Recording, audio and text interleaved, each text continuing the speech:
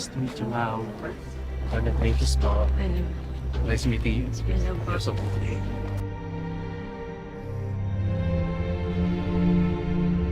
Pareho.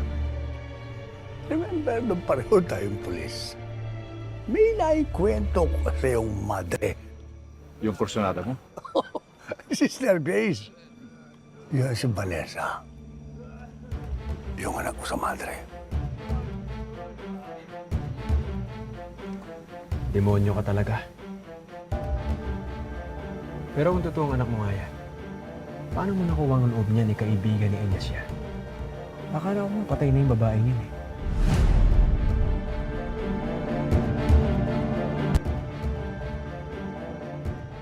Pareho. Remember nung linusob natin si Elias? Ha? Nakasal ni Paeng. Yun, kasabay nun, natuntun ni Rebecca. Na matagal ko nang hinahanap. Na anak ko sa madre. Yun si Vanessa.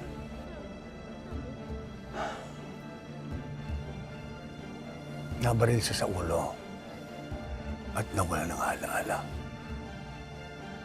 Siniswerte ka pa rin talaga. Napaganda pa yung napuruan siya sa ulo.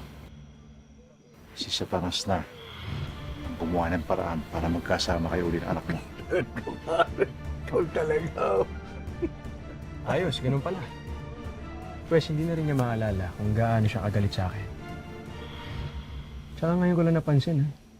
Sobrang ganda pala ng anak mo pag naayusan. Kevin,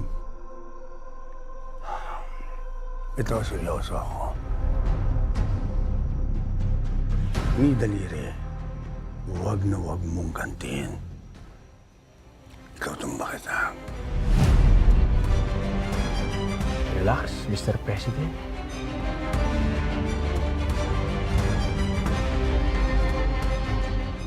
Wala naman siguro masama kung magpapakilala ako sa anak ko.